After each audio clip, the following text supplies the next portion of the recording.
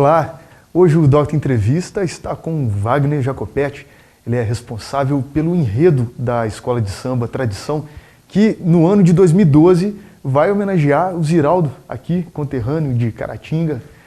Tudo bem, Wagner? Então, é um prazer estar contigo. Ô, Wagner, quando você conheceu o Ziraldo?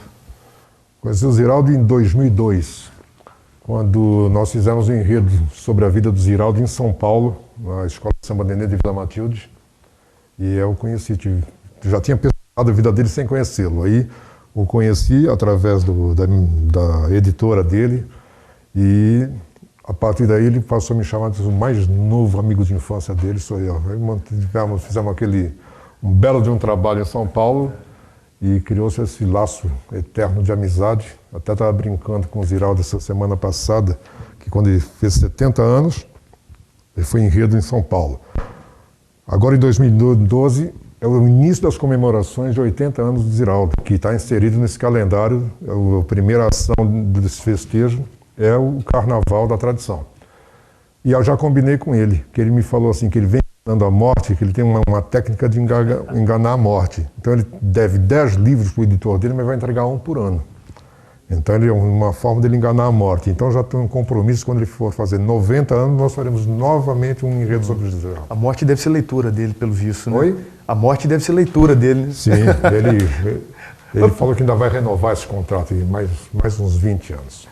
Mas por que você avalia que ele te deu esse título de mais novo irmão dele? O mais novo amigo de infância. Amigo de infância. Pela emoção que ele viveu, né? A homenagem, ele diz que a maior honraria que um brasileiro vivo pode receber é ser enredo de uma escola de samba. Ele diz que se na Inglaterra tem o título de Sir, aqui devia ter o título inglês. Ele falou, só quero ser chamado de enredo Ziraldo, mas ninguém me chama. Ele diz que, na opinião dele, é a maior honraria que um brasileiro vivo pode receber. E ele... O pessoal de Caratinga esteve lá em São Paulo também, em 2013. Ele foi um sucesso extraordinário. E ele viveu uma emoção que vai se repetir agora. Wagner, a gente ouve muito falar, né, você é responsável pelo enredo, tem um samba enredo. Fala só uma passagem geral sobre como que é uma estrutura de uma escola de samba, até para quem é um pouco desatento a isso, sintonizar pelo seu trabalho, como se deu esse processo de criação da letra. Conta pra gente. O processo é o seguinte, você cria o enredo, ou seja, é a história a ser contada. Aí depois você faz uma sinopse desse enredo e entrega para a ala dos compositores. Então, na realidade, um samba enredo ele é uma música de encomenda. As várias parcerias que vão participar do concurso do samba enredo, eles têm que respeitar essa sinopse. Tem total liberdade de letra, música, melodia, mas tem a história que está sendo contada, parte dela tem que estar retratada no samba. Então tem essa limitação e poucas pessoas sabem disso. Às vezes falam, o samba do crioulo louco. Então é que é um enredo mal escrito. O compositor não tem muita culpa, não. E aí quais são as preocupações que esses compositores têm que ter na hora de escrever, né? Porque ao mesmo tempo, essa letra aqui, daqui a pouco a gente vai ler ela, pelo menos trechos, né, para explicar ela, ele também tem que raciocinar, imaginando que um desfile está acontecendo, né, e que carros alegóricos, lembrando o trecho da letra, tem que haver toda uma...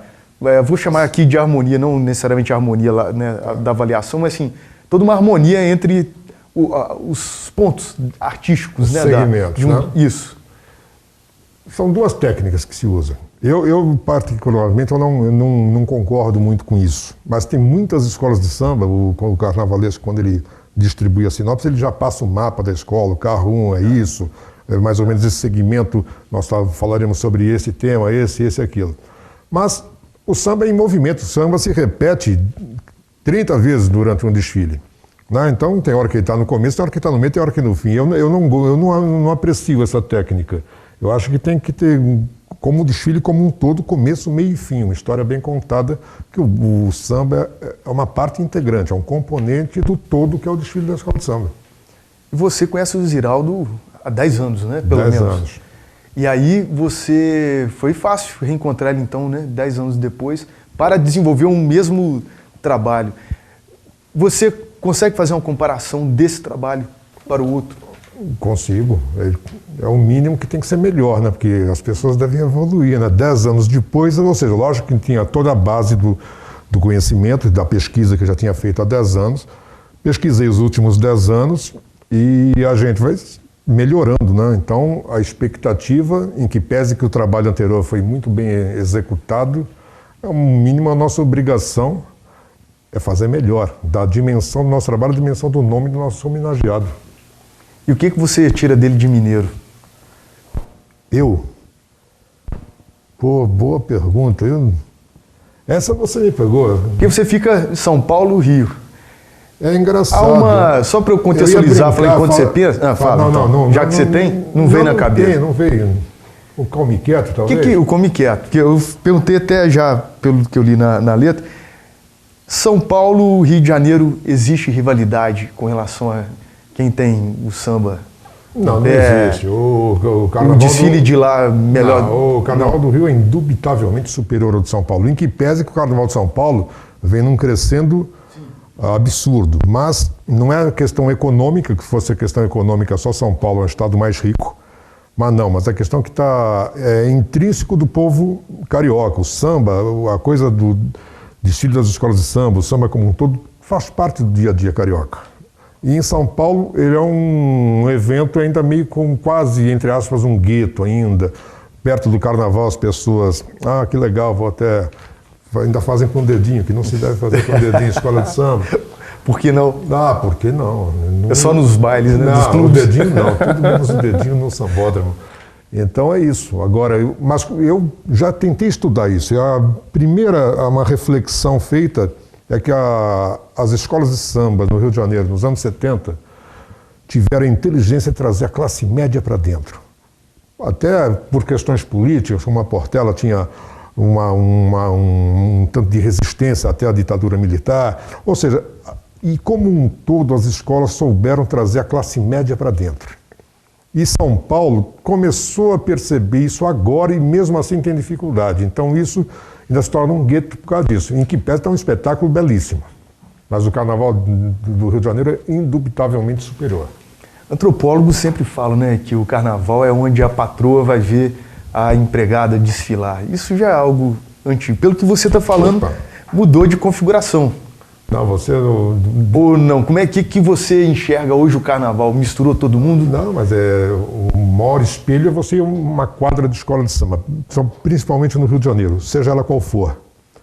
Você vai ver lá desde um presidente da multinacional, um cara de classe média alta, ou classe média média, classe média baixa, o cara pobre, o cara muito pobre. Você vai ver pessoas do bem, pessoas nem tão bem assim, mas é um ambiente muito familiar. Antropólogos já disseram que o momento do desfile é quando a patroa vai ver a empregada passar na avenida.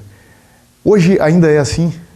Não é porque hoje a escola de samba detém todos os nichos da sociedade. Você vai numa quadra, que é o maior espelho que você possa ver isso, vai numa quadra de uma escola de samba, qualquer que seja a escola de samba, você corre o risco de encontrar o presidente de uma multinacional, há um cara de classe média alta, um cara de classe média média, há um cara pobre, há um cara... Ou seja, é um ambiente muito democrático. Agora, o que mudou muito é o seguinte, está mais fácil a empregada ver a patroa, porque o custo do carnaval, o custo de uma fantasia, hoje ele é de tal monta que inviabiliza quem é muito pobre, exceto as escolas que dão as aulas de comunidade. É a escola que tem que fornecer essa indumentária toda para o seu componente de raiz de comunidade. Porque senão a empregada que vai ver a patroa, porque o custo de uma fantasia já é altíssimo. E vocês têm essas aulas voltadas para a comunidade? Tem, inclusive esse ano aqui na tradição, 80% das fantasias serão doadas. Porque nós temos uma necessidade de um carnaval grandioso cuja verba não permite a gente tirar do nosso povo. Nós vamos ter que inventar dinheiro para... Nós temos que vir num ponto acima das concorrentes. E no grupo de acesso não comporta um preço de fantasia se cobrar R$1.000, R$1.200. Então você tem que subsidiar isso.